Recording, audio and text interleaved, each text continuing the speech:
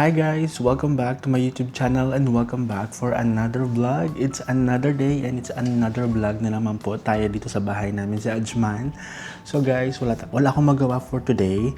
So for today's video guys, ipapakita ko sa inyo ang aking mga sunglasses collection na nakolect ko throughout my 13 years of working dito sa UAE. So iisa-isahin ko sa inyo ang mga sunglasses na my most favorite to the least favorite na nagagamit ko on my daily life. So guys, start tayo with one of my most favorite na sunglasses na nabili ko dito sa UAE, which is itong Mont Blanc. Itong sunglass na to, I think I bought it 3 years ago or 4 years ago.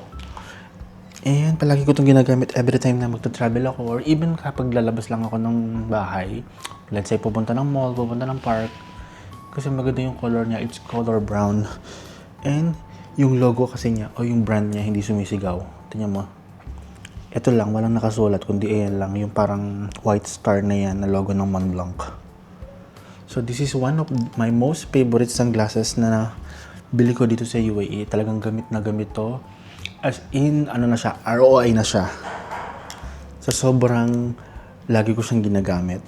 And, until now, malinis pa rin siya. Wala pa rin siyang kagas-gas-gas-gas.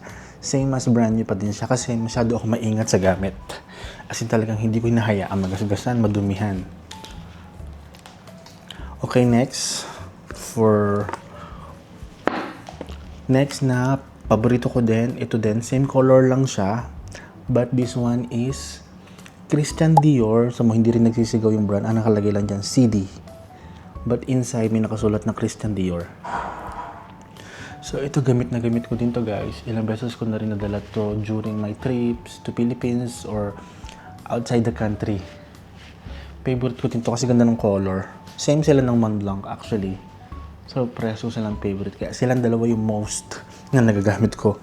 Most of the time na nagagamit ko. Third one na favorite ko is itong Ray-Ban Wayfarer. Nafo-fold siya guys into half ba or trifold. Ano bang tawag dyan? Basta yun. Ayan. Favorite ko rin to. Ito naman color black. Ayan siya. Oh. Nakalagay Ray-Ban. Ilang beses ko na rin nagamit sa Pinas to. Kasi every time na umuwi ako ng Pinas, nagdadala ako ng 3 to 4 sunglasses.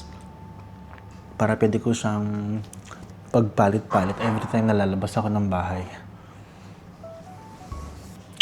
Next is itong Saint Laurent. Ito naman is ano lang siya, pang protection during kapag nag-work.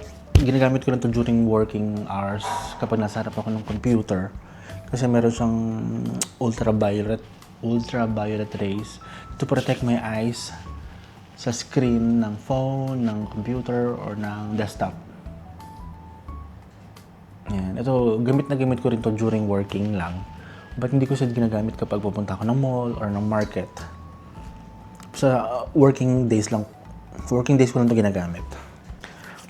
Next naman, dito naman tayo sa Mr. Specs. Ito, isa sa mga favorite ko rin to kasi cutie-cutie lang to. And napakaliit niya and super lightweight. So, parang wala kang hinahawakan guys. Parang papel lang siya. Kaso kasi tumaba ako ngayon so hindi ko siya masyado nagagamit. Bagay kasi to guys sa maliliit ang muka or sa mga payat, pitit. Pinyo mo. Di ba ang cute niya? Kamukha mo si Taguro. So, favorite ko rin to before nung payat ako. But ngayong medyo tumaba tayo, hindi ko na siya nagagamit.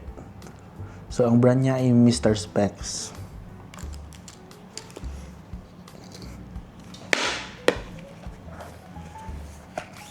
Next, dito naman tayo sa isa pang favorite ko. Another Christian Dior na sunglass. Ayan, hindi siya nagsusumigaw. Ayan, subukan tayong tutubing. But favorite ko rin to guys kasi lightweight din siya. So ilang beses ko na rin nadala to sa Philippines and travel outside the country. Ayan, and ang ganda kasi ng color niya, oh, silver and black. Di ba? Ganda. Next is itong Tom Ford.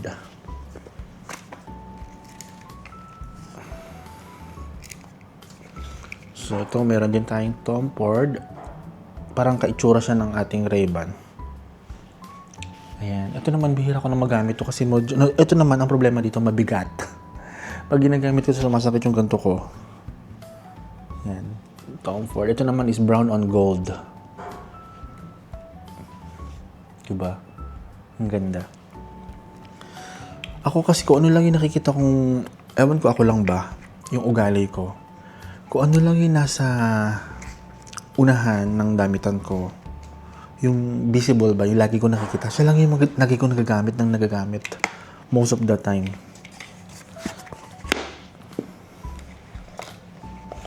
Okay, tanggalin natin yung mga cover. Next, meron tayo ditong, ito matagal ko na rin ito nagamit. Hindi ko na ito nagagamit actually. Ito naman ay River Island. Yan. Ito naman, it's silver on black. Diba? Bihira ko na rin magamit to guys. Kasi I have favorites. So yun lang talaga yung usually nagagamit ko. Diba? So ang ganda rin niya. It's a black on silver.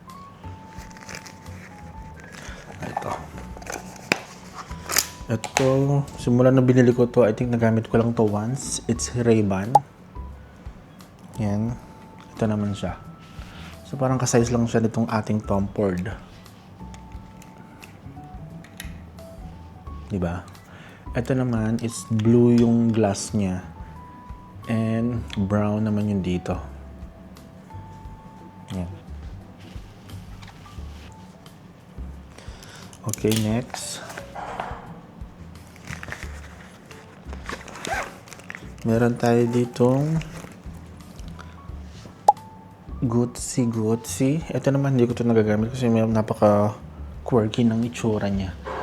Para tayong tutubing Hindi ko rin ito nagagamit at all. Ang color naman niya is happy color, red, green, black, blue, and white. So happy color siya. Diba? Siguro pag medyo umidad-edad na ako, magagamit ko na to talaga. Ba't hindi pa ngayon ng tamang panahon?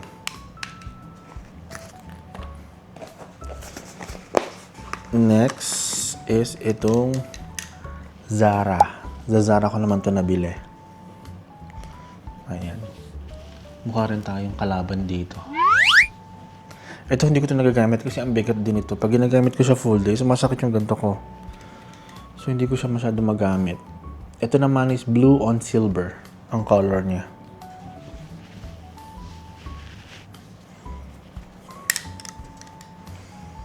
And last, and definitely not on the list, itong ating Louis Vuitton. Ito naman parang pang Korean to. Pang ano, madam. Pang CEO. Diba? Hindi ko rin ito nagagamit kasi OA sa laki. OA sa laki ng kanyang, parang sinakop niya na yung buong mukha ko. Diba? Ewan.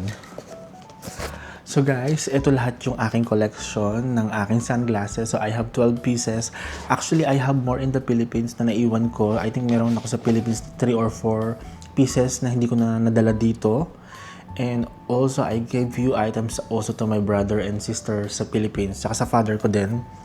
So maybe I have in total more or less 20 na sunglasses na na-collect ko dito sa UAE throughout my journey dito for 13 years sa UAE. So ayun lang guys, ayun lang. So end ko na po yung vlog and I hope po nag-enjoy kayo, and if you did, please like, please share, please subscribe if you haven't yet. See you on my next vlog. Bye-bye!